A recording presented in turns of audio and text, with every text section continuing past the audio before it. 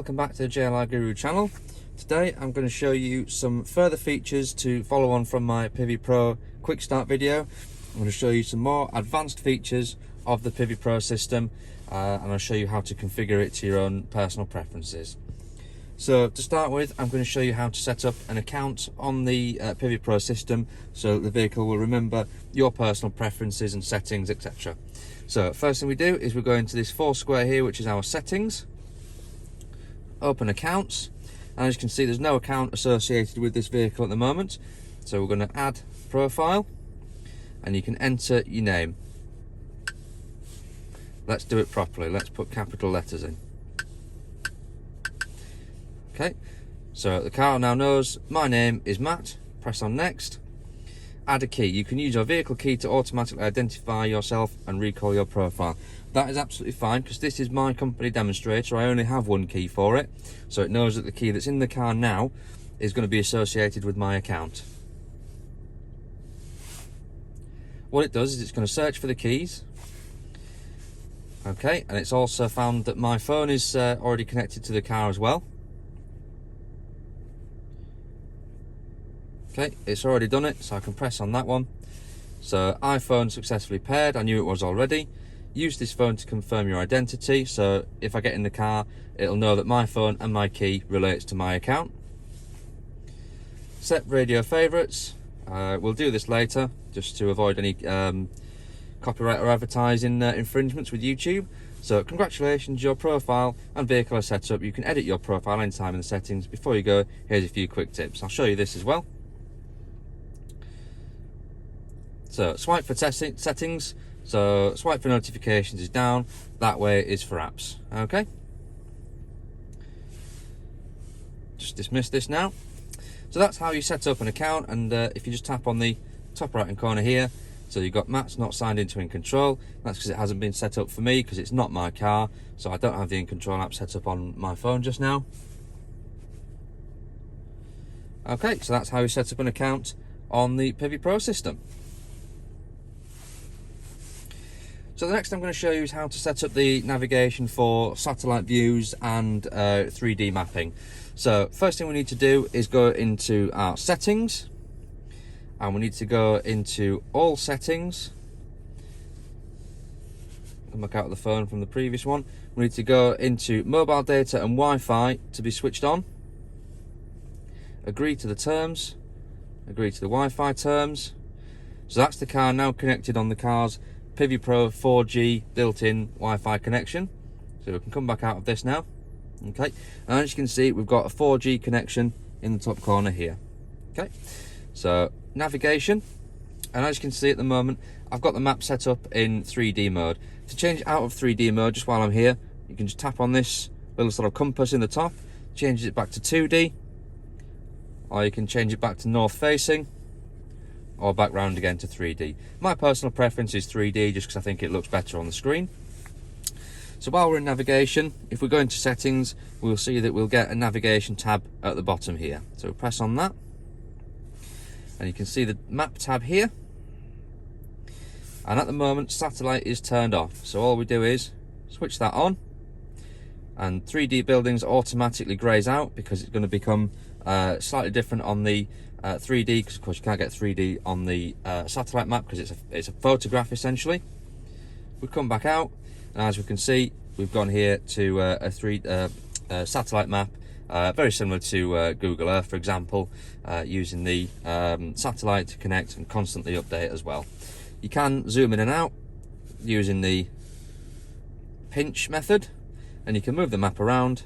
So if you're looking for somewhere, maybe it's a car park that doesn't appear as an address on your satellite navigation search, you can move around and go, oh yeah, I can see that's where the car park is, I need to be in there. And then if you tap back to your 3D, you can see we've got 2D option there as well, north facing again, and back to 3D. It will give you all your main roads as sort of a solid grey line, just as an overlay on there as well. What we can also do now that we've got the satellite on the main screen is we can actually set it to come up on the driver's screen. So I'll just do that and then I'll show you what it looks like on the driver's screen. So to do that, we go back into settings, and we see here we've got driver display, and very simple, we just activate the satellite tab for that. We can also change lane assistance. So if you wanted to show a picture of lane assistance, for example, if you're navigating on a motorway, you're not sure what lane you need to be in, it'll actually show you what lane you need on the screen itself. Do you want it to show on the main screen? Well, again, we don't really need that because it's right in front of the driver. So come back out of that. And because we've now set that for the driver's screen, I'm just going to lift the camera up and show you on the driver's screen what we've got. So as you can see, we've got a mirror image of what's on the satellite navigation screen on the driver's screen itself. Okay, so that's how we set satellites up for navigation. Okay, so I'm now going to show you how you can actually customize the home screen. This is the landing page. Every time you start the car, it's going to revert back to this screen here. So we'll go into settings and we go into home screen. What we can do is we can change the layout so we can have app tiles as either this sort of 3D, three-tier block here, or we can have app icons, and we can actually edit the layout as well. So we can choose to have the standard setup as the car would come from factory, navigation, phone and media, all on the screen here. We can actually add things to it if we want to, so we can put the energy impact in there as well, and we can put my driving style in as a, so we've now got 5 tiers, so that's now on the home screen. So if we go back to it, just come out of here, go back to the home screen, as you can see, if we swipe across, we've now got those 2 extra tiles in there as well. So because I've not actually driven the car since I started it, there's nothing reading on here. But if you're interested in seeing how things that you're using on the car are affecting the car's energy impact, for example, your heated rear screen and front screen, heated steering wheel and heated seats, it'll actually show you how much of an impact you're having on here. You can see there's a slight green line here because I've got the air conditioning switched off at the moment, so I'm having no impact whatsoever. If I were to switch the air conditioning on, as you can see, that's now gone to yellow. So that is taking power from the engine to power the alternator and power the air conditioning pump, etc., so that I get my air conditioning through. But the upshot of that is that it's actually impacting on the energy because the car's using more fuel and damaging the environment a little bit more. Likewise, if I go ahead and put my heated seat on, again, it's not taking that much of a charge. If I put my heated steering wheel on, that's taking quite a bit of energy. If I put the heated windscreen on and the heated rear screen, so I'm really having a huge impact on the environment at the moment. So I'm going to go ahead and turn those off actually. And as you can see, it all goes back down to 0. If I can just turn the air conditioning off of here, just 1 second. Do the seats, and there's the air conditioning going off. So as you can see, I'm now environmentally friendly. As you're driving along, it'll give you a percentage score out of 100 for how economical you are. If you're going to drive the car like you've stolen it, you're going to get a low score. If you drive it sensibly and courteously, you're going to get a high score, and then it'll tell you what your average MPG is as well. So that's the main screen there, fully customizable. I'm going to go back in because I don't want those tiles on there. I'm just happy with what I've got, so we'll bring those off and pop them back down there. I can always put them back on again if I need to.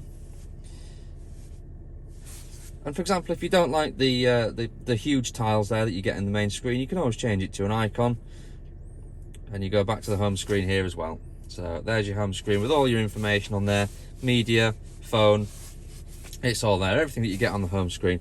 Personally, I prefer how it comes from factory with the larger app tiles as well.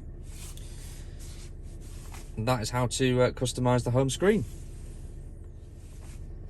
Okay, so now I'm going to take you into a few more of the settings menus. So we're going to go back to our little cog in the bottom left hand corner, and I'm now in all settings at the moment. And what I've done is I've selected vehicle. So I've already done profiles, I've shown you how to activate the connectivity, so I'm down to vehicle here. And we're going to start with driver assistance.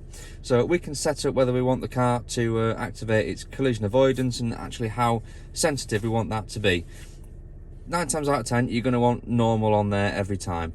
If you really want it to sensor an impact very, very early on, you can switch it back to very early. For me, that's going to get far too annoying. It's going to make you jump every time it goes off, and even if you're driving near parked cars, it's going to set it off quite easily. So leave it on normal, that's all you'll need really. If you want the car to activate emergency braking, rear traffic warning, so for example, if you're backing out of a parking space and you can't see if there's a car coming along, that'll actually warn you that there's a car coming, so you can hold off on backing out.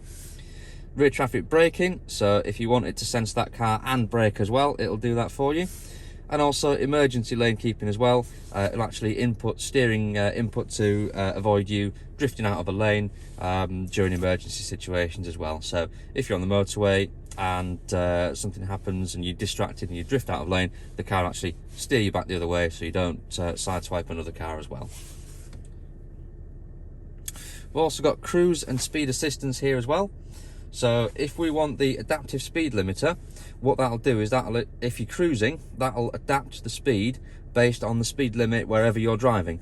So if you drive from a 40 miles an hour area into a 30 miles an hour area, with this actually engaged, the cruise control will automatically recognise that, and if you're cruising at 40, it'll drop you back down to 30. I personally have that turned off because I very rarely use the cruise control anyway. You can also set here the car to warn you if you go over the speed limit, so it'll flash up on the driver's screen at the limit if you go over it by 3 miles an hour, or if you go over it by 5 miles an hour. You shouldn't be doing either of these two anyway, so stay legal and get it to warn you when you're at the limit. We've also got a driver condition monitor here as well. So if you do a long journey in the car and the car senses that you are becoming tired, not quite as alert, it'll actually give you an audible and visual warning, and it basically tells you to pull over, take a coffee, take a rest, and with this one it'll also find you a rest area. So for example, a motorway service station or you know, a cafe or something like that, it'll find it and say, right, you need to pull over there, get yourself a little bit of a rest done, and then carry on your journey. We've also got here low speed manoeuvring, so automatic parking aid. It activates the parking aid when approaching an obstacle at low speed. You want that on because, for example, if you're parking in a multi-storey car park, this being an F-pace, you're not going to be able to see where the bollards are if you're actually nosing into a parking space. So you want that on, and it'll guide you in with the beeps to tell you how close you're getting to that bollard as well. Okay. So we've done driver assistance, we've got safety and security now. So we can find out here from the car, smart key panic alarm activated. So we can find out when it was last actually activated on the panic alarm. You should know that because you'll be pressing it yourself, I would imagine. Alarm sensors are active for the next alarm cycle. Press to deactivate. You deactivate that if, for example, you were carrying a dog in the car, for example, and you're on your own. You need to pull over and go get some fuel, but you want to lock the car anyway because you're leaving valuables in it. Lock the car, but if your dog moves, it's not going to set the alarm off. The other thing is the audible lock warning. So when you lock and deadlock the car, it'll actually give you that beep. If you're a Jaguar Land Rover owner already, you'll know what I'm talking about. Two-stage unlocking. To be fair, whether you want that on or not, it's going to be down to your own preference. For me, there's only ever me in the car, so whether I unlock the rest of the doors or not, it doesn't make a difference, because as you can see, driveway locking is engaged from 5 miles an hour, and it'll actually lock the doors as soon as the car hits that speed. Okay. Oh, sorry, I've gone out of the settings, go back in again. So your back button, by the way, is always at the top here, just in case you're remembering that. So we'll come back out of that sub-menu. We've got here exterior lights now. So what we can do is we can actually set automatic high beam assist. My personal preference is to turn that off, because sometimes when you're driving along, even if you're on a dark road and it's quiet, if it goes past one of those reflective signs, it can see that as a potential sort of car coming the other way, if you like, and it dims the headlights down. It's no real hardship just to get the stalk and push it away or back in again. So I have that turned off. If you want it switched on, go ahead and switch it on just like that, and it'll sense a car coming the other way and dip your headlights down. And then you've also got your home lights here. So if you live in a dark area and you don't have any exterior lighting on your house, you can leave this on for 30 seconds. The car will actually leave the LED lights on the front, and you can find your keys, get to your front door, get in safe, and then we'll just switch off. You can adjust that to, well, 1 minute, 2 minutes, or off if you like. Personally, I think 30 seconds is long enough. Depends on how long your driveway is. So come back out of that, and we're now into convenience. So a few sub-menus in here: Windows, Global Open, Global Close. To be fair, I'm going to go ahead and switch those on. So if you get back to the car and it's a really hot day and it's absolutely roasting inside the car, if you press and hold the unlock button on your key, so if you press it and hold it down, what it'll do is it'll actually drop all the windows, and then likewise when you want to lock the car, press and hold on the lock button, and it'll close the windows as well. And of course you can then go ahead and lock the car as you would do normally. Put my keys back away. I'm going to leave those on. Mirrors, mirror dip on reverse. Whether you want the passenger mirror to actually dip on reverse is entirely up to you. And wipers, rain sensing wipers, of course you're going to want that on. Gear shift paddles, choose whether you want them available in sport or drive and sport. So when you're in D or in S, they're actually available, so you can choose whether you want to change them, just leave them in sport. Personally, if you're going into sport, you're probably going to use the paddles anyway. And then we move down into cabin lighting. So the car has 3 levels of lighting. I'm just going to come out of dynamic mode because it automatically reverts it to red when you go into dynamic. And as you can see, we've got top colour, which we can choose. Let's say we'll have green there at the top. I wouldn't drive it like this, I'm just using this to show you. We'll have red in the middle, and then my footwell lights, they're white, but we'll have them on full brightness anyway. So we've got 1, 2, 3 sections there as well, or we can change it all to one section. So they'll now all be red as well. What did we go into there? So we're into cabin lighting, we've done that one. Units is fairly self-explanatory, miles per hour, kilometers an hour, tyre pressures, temperatures, trip computer there as well. And then my vehicle, so I'm not going to show you the car's chassis number for various reasons. I just want to come back out of that. So that's the vehicle settings done. So we'll move on to general. Alright, so general settings, so voice settings, so whether you want voice feedback for your voice activation system, whether you want to be able to interrupt the car when it's giving you a feedback as well. So if you said navigate to postcode, if it's then saying please tell me the postcode, you can then interrupt it and say actually no, cancel. And then the wake word is, you can basically set your own wake word in there as well, so you can say hey Jaguar, for example, and it'll actually wake up with that word. Going to display here, as you can see, I've got my brightness on full, dark theme just for the video. Map theme is auto, so when the lights come on, the map will dim down. It won't do that because I've got the satellite on, but if I was in the normal navigation, then it would dim down. And stealth mode, it can basically dim the cabin lights when you're doing a journey at night. Fairly straightforward. Display, oh sorry, we've just done display. Master pin we don't need to see. Date and time, fairly self-explanatory. We can set it to 12-hour 24, date format, day, month, year. It'll automatically change time based on daylight savings, so that's fairly easy to do. System restore we don't need to do, and legal information we don't need to do. Languages and keyboards. I'm English, so I have everything in keyboards. Keyboard clicks is for when you're tapping in a destination on the navigation. If you want it to click so you know you press the button, that's personal preference, it's entirely up to you. And then we've got our apps. So climate control, auto heated front windscreen, auto heated rear, heated rear screen. I mean, for example, if it's a really cold area that you live in, and 9 times out of 10 your car's got ice on the front windscreen, you're going to want to flick that on. Same for the back as well. Airflow, balanced, you can have it soft and quiet, for example. So it's just changing over now. Powerful and fast, entirely up to you. For me, I can't really notice a difference on those, so I just have it as balanced. And then we've got our live apps as well. Can't really show you anything on that because I'm not connected to the car for live apps. Sorry, favourite button. So that's the little widget that's actually on the steering wheel. I'm just going to show you that. So you can see this here is a programmable widget, so we can set what we'd like that steering wheel button to do, and I can choose whether I want to short press or long press. So if I have a short press, I can choose whether any of these commands would be preferable to me. So if I want to listen to my voicemail, for example, on a short press, I can check it as that. If I want to mute the stereo, if I want to change between my Bluetooth music or the standard radio, things like that. I'll leave it as cancel guidance at the moment. We'll go back. Likewise, you get the same for a long press, so you press and hold it. You can choose a second command on there as well. That's fairly self-explanatory. Home screen settings we've already been into previously in the video. Low traction launch. So low traction launch pop-up, whether you want it to actually pop up on the screen when you go into ice and rain mode, it'll flash up and say do you want low traction. definitely have that on, because if you're on a really icy surface, you're definitely going to want it to engage low friction launch so you can actually get the car moving.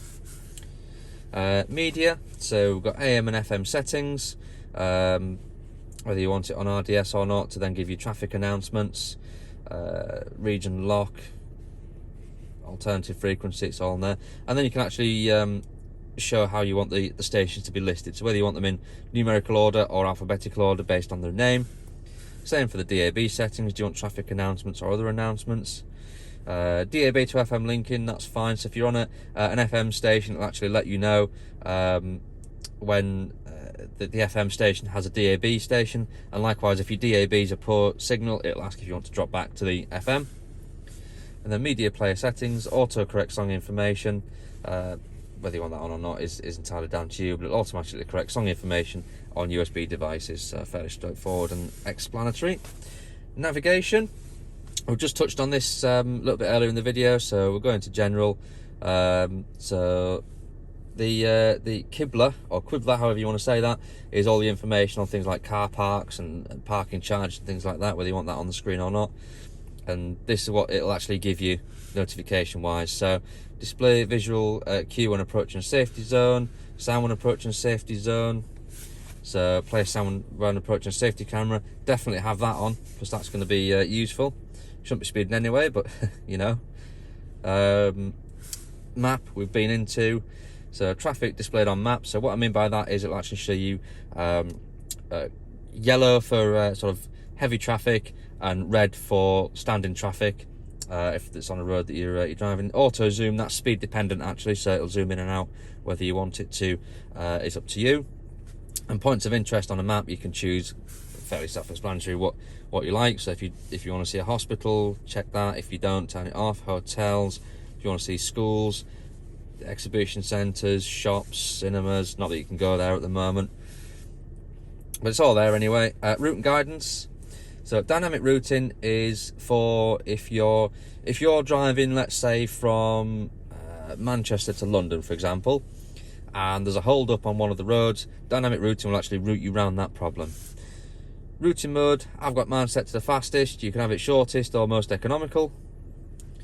Route preferences, so avoid carpool lanes, avoid ferries, motorways, toll roads. Usual self-explanatory stuff on there. Just have a look through and set it up for your own personal preferences. My commute, so do you want the car to learn your route? That's quite useful if you're the sort of driver who works from one particular office, for example, but you go out to see various different clients and then you have to navigate back. If it learns your route back to work, it'll actually flash it up on the screen and say, do you want to go back to work?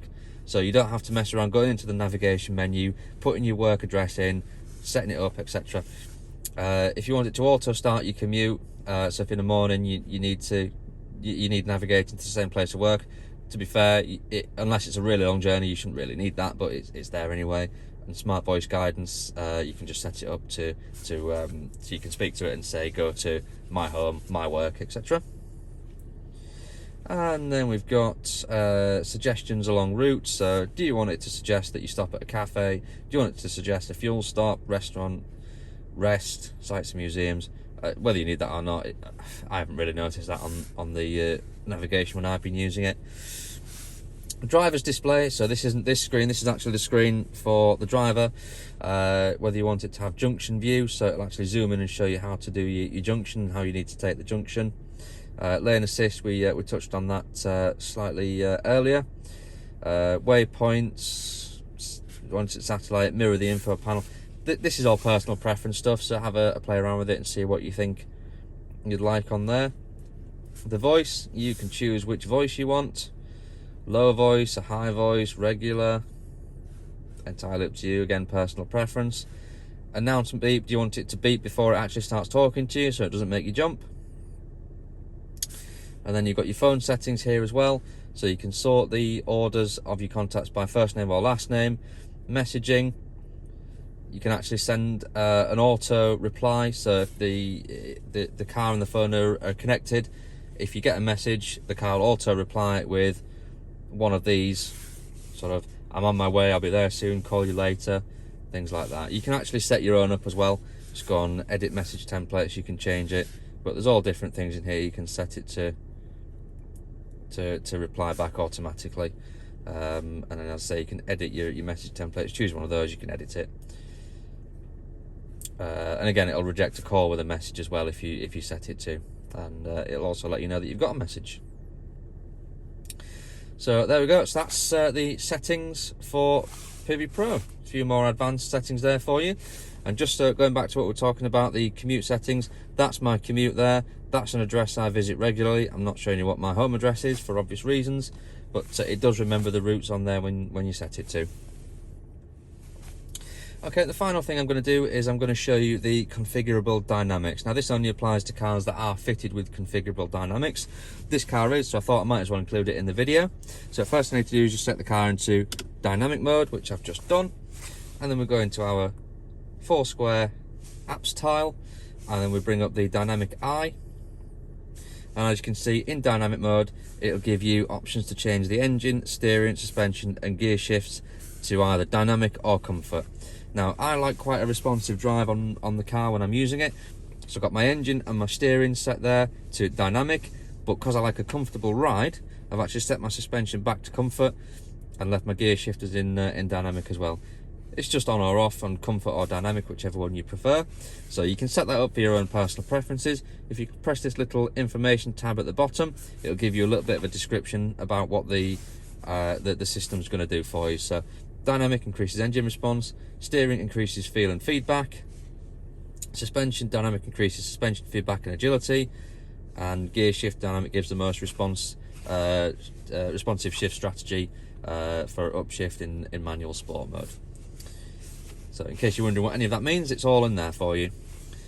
You also get a stopwatch. Not entirely sure why you'd need that. Bearing in mind I'm in an F-Pace, which is a family SUV. Not sure why you'd need a stopwatch there, but if you're doing hot laps around a racing track, it's there for you. Likewise, you can actually time your laps as well. Get it to give you all your best lap data. I don't really know again why you'd be taking this car around a track, but for those of you that do, there it is. And then the one thing that baffles me, I really don't know why it's here, it gives you a G meter. So if you're throwing it around a corner, you can see if you're developing 0.5 of a G or generating the G, whichever you want to do. And you do also get a brake and throttle position sensor. So as you can see, I'm pressing the brake, pressing the throttle. I don't know why that's there. And then you can actually see your telematics, how you've had the brake pressed, how you've had the throttle pressed. Because I've been sat here with my foot resting on the brake pedal, it's seeing that I'm pressing the brake there as well. And you can go back for the last 60 seconds, 120 seconds, however far you want to go. I don't really see a need for it. It's not my sort of thing, but it's there anyway. So there we go. So hopefully you've enjoyed the PIVI Pro Advanced follow-up to my PIVI Pro Quick Start Guide. If there's anything that you think I've missed on this, or anything you want me to run through, anything you want me to answer a question on, please drop it in the comments below. But for now, thank you very much for watching. If you've got one of these cars with a PIVI Pro system in it, let me know what you think to it. If you haven't seen the Quick Start Guide, I suggest watching that before you watch this video. I should probably have said that at the start, but anyway, there we go. But yeah, let me know what you think of the video. Let me know what you think of the system. But for now, thanks very much for watching. I'll see you in the next one. Bye for now.